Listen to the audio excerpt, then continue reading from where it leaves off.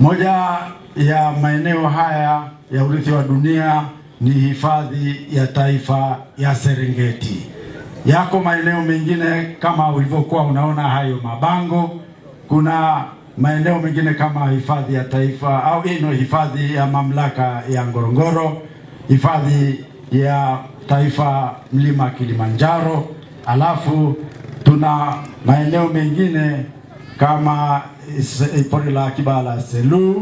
Alafu sehemu nyingine tuna Msongo Mnara kule Zanzibar, Kilwa, na maeneo yako kama 7 hivi. Lakini ilitambuliwa kwamba kwa mwaka huu maadhimisho haya yafanyike rasmi katika hifadhi ya taifa ya Serengeti. Lakini kwa kutambua kwamba wananchi ndio wenye jukumu la kuhakikisha kwamba hii hifadhi ya taifa ya Serengeti inakuwepo na inaendelea kutambuliwa kimataifa au na shirika la kimataifa la UNESCO kwamba ni urithi wa dunia. Wananchi ndio wenye jukumu kubwa na ndio wameilinda hifadhi hii. Mpaka sasa hivi hifadhi hii inaendelea kutambuliwa kama eneo la urithi wa dunia. Hifadhi au kituo chochote kile kutambuliwa kwenye urithi wa dunia ina maana ina sifa za kipekee. Lakini jukumu letu sisi wananchi ni kuhakikisha kwamba tunailinda hiyo sifa ya kiuhifadhi ili tuendelee kutambuliwa kwa ni maeneo ya urithi wa dunia.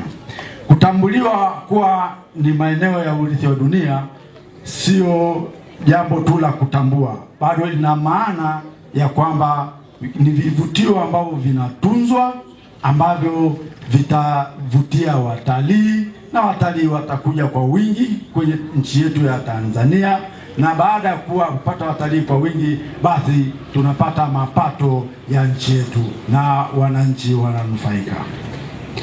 Kutangazwa kwa eneo hili la Serengeti na maeneo mengine 6 nchini kuwa sehemu ya urithi wa dunia kunatokana na sheria ambazo serikali kupitia Wizara ya Maliasili na Utalii ilizitunga, ambayo sheria hizi zilitungwa kwa maslahi makubwa ya taifa hili, maslahi ya wananchi wa Tanzania ambao wameamini serikali iliyopo madarakani na kuipa dhamana ya kusimamia rasilimali zao. Hivyo Wizara ya Maliasili na Utalii imetunga sera mbalimbali, ikiwepo sera ya wanyamapori, sera za misitu, sera za malikale na sera za utalii, ili kuhakikisha kwamba hifadhi hizi zinakuja na kuleta tija katika ukuaji wa uchumi kwa taifa letu, lakini pia kuondosha umaskini kwa watu wetu, lakini muhimu zaidi ni kuhakikisha kwamba wananchi nao wanakuwa ni sehemu ya uhifadhi na uendelezaji wa maeneo yetu. Wizara ya Maliasili na Utalii inapenda kutoa shukrani za dhati kwa wananchi hasa wa Serengeti. Tunatambua kwamba kwa miaka ya nyuma kidogo kulikuwa na tatizo la migogoro ya mipaka, lakini kama mmevyoona leo kauli mbiu ya maadhimisho haya ambayo inasema kwamba migogoro na majanga ni kikwazo kwa uhifadhi. Shirika la UNESCO lina mikataba mingi sana, na Tanzania kuna baadhi ya mikataba ambayo tumeridhia. Tumeridhia mkataba wa 2003 wa utamaduni usioshikika ambao unaitwa Intangible Cultural Heritage. Pia tumeridhia mkataba wa 2005 wa utamaduni anuai. Tumeridhia mikataba mingine mbalimbali, lakini pia tumeridhia mkataba mama wa UNESCO ambao na 1972 ambao niko mbele yenu kuelezea ni mkataba wa namna gani. Mkataba huu ulianzishwa na kuidhinishwa na mkutano mkuu wa shirika la UNESCO Novemba 1972. Mkataba huu unajihusisha na ulinzi, usimamizi na uhifadhi wa maeneo ya urithi wa dunia.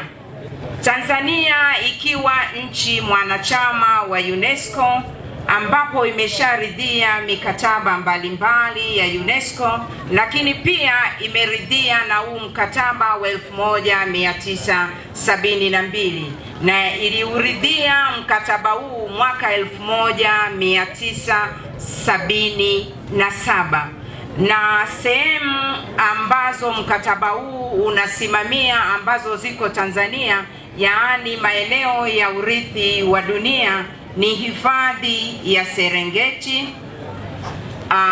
Ngorongoro, Kondoa, Kilimanjaro, Kinapa, Mji Mkongwe, magofu ya Kilwa Kisiwani. Kwa hiyo pamoja na hayo, mkataba huu unafanya kazi zake kuu mbalimbali. Kazi ya kwanza inafanya kazi ya kutambua eneo la urithi wa dunia kwa kushirikiana na mamlaka mbalimbali za nchi mwanachama, kwa mfano kama ilivyo serikali ya Muungano wa Tanzania. Ikishatambua eneo hilo la urithi wa dunia, basi inafanya kazi kuu ya usimamizi, ulinzi na uhifadhi wa eneo hilo la urithi wa dunia.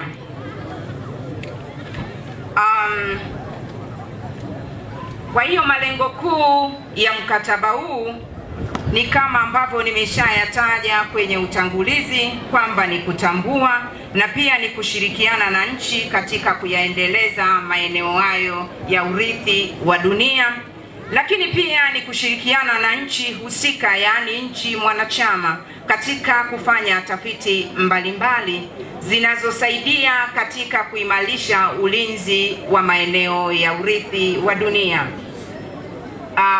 Mkataba huu una faida kubwa sana kwa nchi yetu au kwa nchi ambazo ni wanachama. Faida mojawapo, nchi ya Tanzania inapata ushauri wa kitaalamu.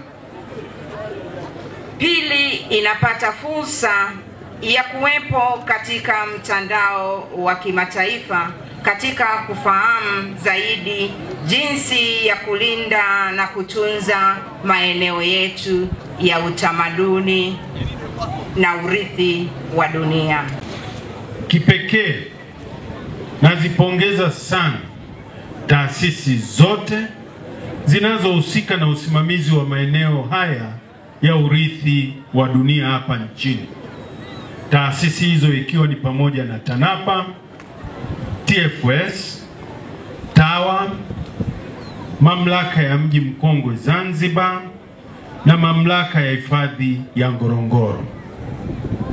Ushiriki wenu katika tukio hili ni uthibitisho wa dhamira yenu ya dhati ya kuendelea kulinda na kuendeleza urithi wetu wa asili na wa kiutamaduni kwa faida ya taifa letu na dunia kwa ujumla.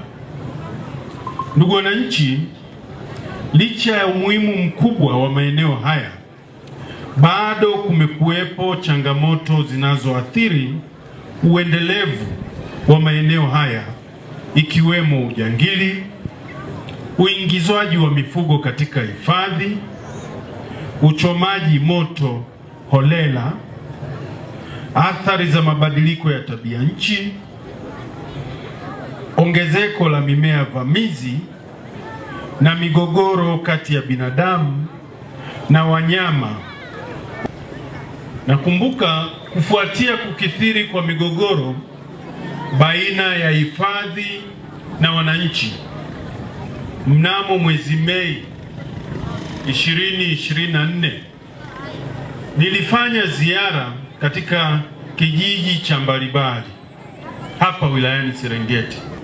Nilielekeza uongozi wa hifadhi ya taifa ya Serengeti kufanya vikao kila mwezi na makundi ya kijamii ikiwemo wazee wa kimila kwa lengo la kutoa elimu juu ya umuhimu wa kulinda hifadhi yetu ya Serengeti na kuionyesha jamii basi kwamba jukumu la ulinzi wa hifadhi hii ambayo ni urithi wa dunia si la serikali tu. Baada ya kufanya hayo, kwa kiwango kikubwa hali imetengemaa na mahusiano baina ya wananchi na hifadhi yetu kwa sasa yako vizuri. Serikali katika kupunguza mwingiliano kati ya hifadhi na wananchi, hivi karibuni imetoa zaidi ya shilingi bilioni 53 kwa ajili ya kulipa fidia kwa wananchi wa kata ya Nyatwali. Zoezi hili limekuwa likifanyika kwa awamu na bado litaendelea kufanyika, lengo ikiwa ni kusaidia basi wananchi wale ambao walikuwa wakiishi katika ushoroba ule ambao ni muhimu sana kwa ajili ya hifadhi ya Serengeti, kwani ni ushoroba unaoruhusu wanyama kupita kwenda kupata maji katika ziwa Victoria wakati wa kiangazi. Sasa wananchi wale watakapoondoka na kuliachia eneo lile,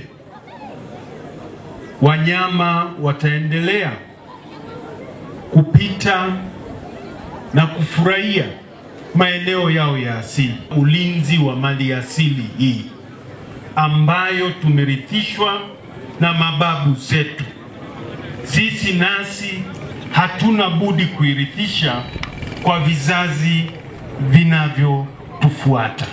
Natoa onyo kwa wale wakaidi watakao kiuka na kufanya uharibifu katika hifadhi zetu hizi. Wasifikirie kufanya hivyo.